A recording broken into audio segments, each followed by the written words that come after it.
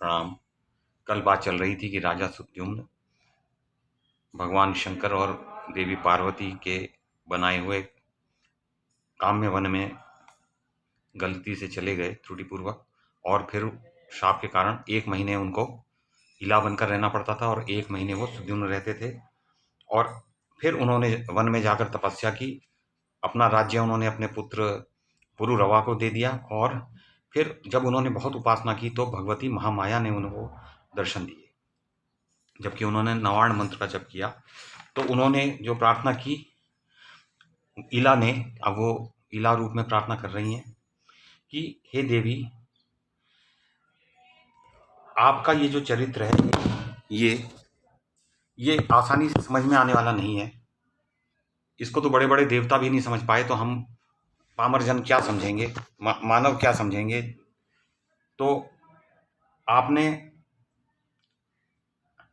जब भगवान विष्णु को अपना पति बनाया तभी वो मधु दैत्य को मारने में समर्थ हुए, आपकी दी हुई सामर्थ्य से।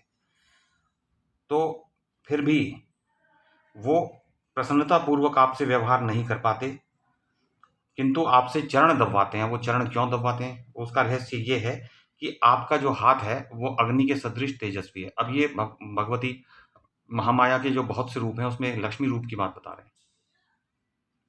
तो वो अपने पैरों को पवित्र बनाते हैं आपके हाथों के स्पर्श से, ताकि पृथ्वी का भार संभाल सकें, क्योंकि भगवान विष्णु के जो चरण हैं वो पृथ्वी रूप हैं। तो ये तो भगवत गीता जो महाभारत में आई है उसमें भी भगवान के विश्व रूप का वर्णन है, और प्रत्येक प्रभु का अलग अलग रूप है। वही विश्व रूप सभी प्रभुओं का है, लेकिन वो अलग पृथक रीति से है। किसी के चरण पृथ्वी हैं तो किसी के घुटने पृथ्वी हैं। तो इस प्रकार से वो अलग पृथक पृथक प्रकार से उनका स्वरूप निश्चित है। तो पुराण पुरुष भगवान विष्णु की छाती में भृगु जी ने लात मारी। अब ये एक पृथक, किंतु आप श्री देवी की अभिलाषा से अप्रसन्न ना हुए, बल्कि आपने कोमल व्यवहार किया। तो वो एक कथा आती है कि भृगु, जब सप्त ऋषियों में ये विवाद छिड़ा कि सबसे श्रेष्ठ प्रभु कौन है, तो त्रिदेवों में श्रेष्ठ कौन है, ब्रह्मा विष्णु महेश में, तो कोई ब्रह्मा जी को श्रेष्ठ बता रहा है, कोई विष्णु जी को, कोई शंकर जी को श्रेष्ठ बता रहा है। तो भृगु ऋषि को ये भार सौंपा गया, कार्यभार, कि भाई आप जाके कुछ पता लगाइए कि किसका, कौन प्रभु जो है श्रेष्ठ है। तो वो ब्रह्मा जी के पास गए। उन्होंने कुछ इस तरह का व्यवहार किया कि ब्रह्मा जी अप्रसन्न हो गए उनसे। उन्होंने कहा भाई मैं तुमसे बात नहीं करूंगा। वो चले आए वहां से। फिर वो गए शंकर जी के पास।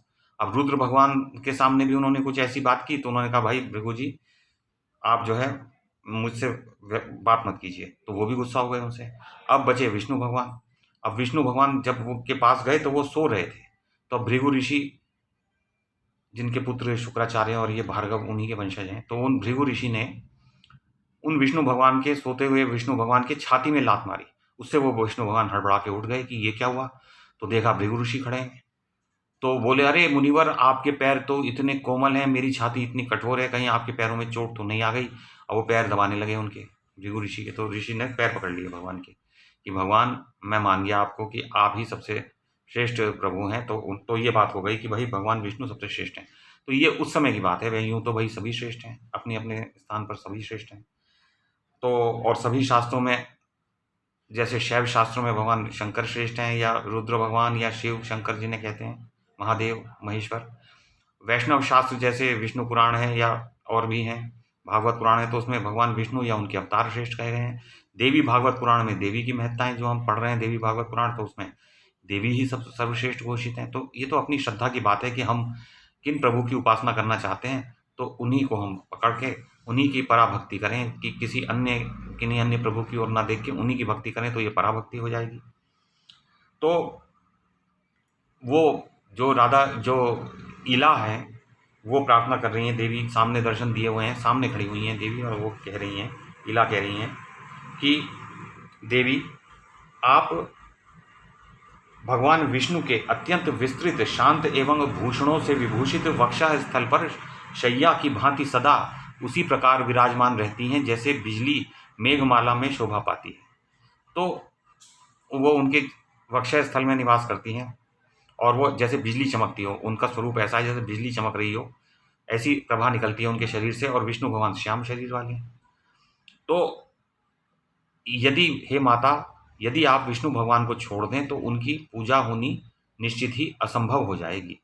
प्रत्यक्ष देखा जाता है कि भले ही पुरुष कितना ही गुणी, शांत, सुशील हो, परंतु यदि उसमें शक्ति न हो, तो उसके अपने कहलाने वाले भाई-बंधु भी उसका साथ छोड़ देते हैं। अशक्त का साथ तो कोई भी नहीं करता, क्योंकि सबको शक्तिशाली सहायक चाहिए होता है। सब चाहते हैं कि कोई ऐसा सहायक हो, जो मेरी सहायता करे। तो लोग शक्तिशाली की मित्रता चाहते हैं, ना कि किसी निर्बल की या निर्धन की। तो इस प्रकार उन्होंने बहुत उनकी प्रशंसा की। यही पूजा है, यही प्रार्थना, उपासना है, पूजन है कि हम उनकी प्रशंसा करें, ये बताएं कि वो क्या हैं, क्या करते हैं, उनके कार्य क्या हैं। तो यही जो है वो देवी का पूजन होता है। और ये बहुत सी अनेकों तरह से अनेकों पूजाएं, प्रार्थनाएं जो हैं वो उपलब्ध रहती हैं। तो उनमें से कोई उत्तम, जैसे देवी सूक्त आता है, तो देवियों के लिए देवी सूक्त पढ़ना चाहिए, और जो पुरुष रूप प्रभु हैं उनके लिए पुरुष सूक्त की सलाह शास्त्रों ने दी है। यूं तो कुछ भी आप पढ़ सकते हैं। तो सूत जी कहते हैं, इस प्रकार स्तुति करके सुद्युम्न भगवती के शरणागत हो गए। तो भगवती ने बहुत प्रसन्न होकर उन्हें अपने धाम में भिजवा दिया। अब भगवती जगदम्बा का मणिद्वीप धाम है, जिसका वर्णन बाद में आएगा इस ग्रंथ में, तो जिसमें देवी भुवनेश्वरी रहती हैं, और वो सब धामों के ऊपर बना हुआ धाम है। तो और वो राजा उस परम पद के अधिकारी हो गए जहां से लौटना नहीं होता। एक बार परम पद प्राप्त हो जाए, परम पद का अर्थ है भगवान की नौकरी, भगवान के यहाँ सेवा कार्य मिल जाए तो परम पद कहलाता है। इस संसार में परम पद क्या है? सबसे ऊंची नौकरी, भाई ये जो संयुक्त राष्ट्र है, संघ है, यूएनओ, यूनाइटेड नेशंस, या वर्ल्ड हेल्थ ऑर्गेनाइजेशन है डॉक्टर्स के लिए, तो ये सबसे ऊंचा माना जाता है। ऐसे ही भगवान की नौकरी सबसे ऊंची मानी जाती है। लोग सोचते हैं हम अमेरिका चले जाएं तो हमारा जीवन धन्य हो जाए, या जो यूरोप चले जाएं, लेकिन वो अल्पकालिक होता है। जितना हमारा मानवीय जीवन है, 50-60 साल तक वहाँ आप नौकरी कर सकते हैं, उसके बाद फिर मरना पड़ता है भाई। लेकिन भगवान के धाम में तो मृत्यु होती ही नहीं है। वहाँ तो आप करोड़ों अरबों वर्षों तक, करोड़ों ब्रह्माओं का पतन हो जाएगा, लेकिन व्यक्ति वहाँ से लौटता नहीं है। ये विशेषतः भगवान श्री कृष्ण के लिए तो यही बात है कि उनके यहाँ जब एक बार जाते हैं तो वहाँ से फिर कहीं और नहीं जाना पड़ता है, और जा भी नहीं सकते किसी और प्रभु के पास। तो ये तो उनकी बात हुई।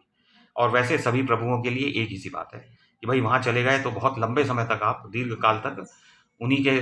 तो ये तो सालोक्य मुक्ति की बात हुई। इसी प्रकार सारूप्य है, सार्ष्टि मुक्ति है, सारूप्य, सालोक्य, सार्ष्टि, सामीप्य मुक्ति, भगवान के समीप चले जाते हैं। गायन और नृत्य, जो लोग भगवान के सामने भजन गाते हैं, गायन और नृत्य करते हैं उनके सामने, उनको उनकी समीपता प्राप्त होती है, तो भगवान के निकटवर्ती स्थान में वो रहते हैं, तो सामीप्य मोक्ष प्राप्त होता है उनको।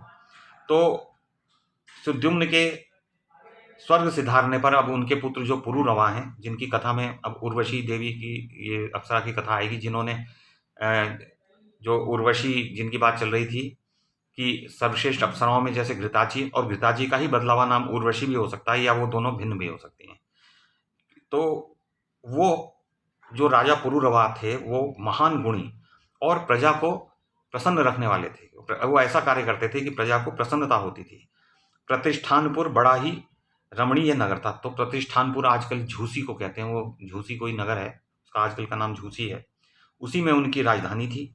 प्रजा की रक्षा में सदा संलग्न रहने वाले और संपूर्ण धर्मों के ज्ञाता पुरुरवा के हाथ में अब शासन सूत्र आ गया। वे अमित उद्यमशील थे, यानी वो बड़े गुणी व्यक्ति थे, और उन्हें देखकर, अब उनके गुण सुनिए, जिसे देखकर वो जो अप्सरा थी उर्वशी, वो सोचने लगी कि मैं इनसे विवाह कर लूं। तो उसको वो ये पसंद आ गए। तो प्रभु शक्ति तो उनमें थी ही, साम दाम दान दंड भेद सब उनके अधीन रहते थे।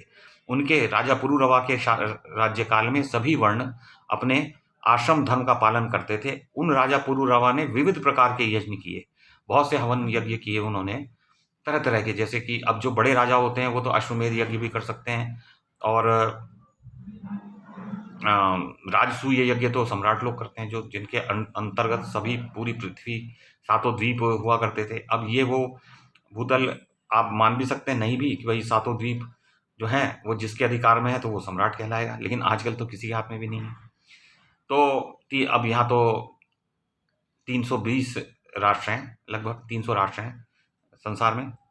तो राजा पुरुरवा ने प्रचुर दक्षिणाएं बांटी उन यज्ञों में, और उनके रूप, गुण, वैभव, सदाचार, स्वभाव और शक्ति की बात सुनकर उर्वशी आसक्त हो गई।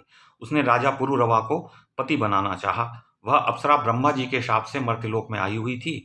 राजा पुरुरवा को गुणी समझकर उसने उन्हें वर्ण कर लिया। तो उसने, जैसे गांधर्व रीति से होता है, लिविंग इन आजकल होती है कि साथ साथ रहने लगते हैं।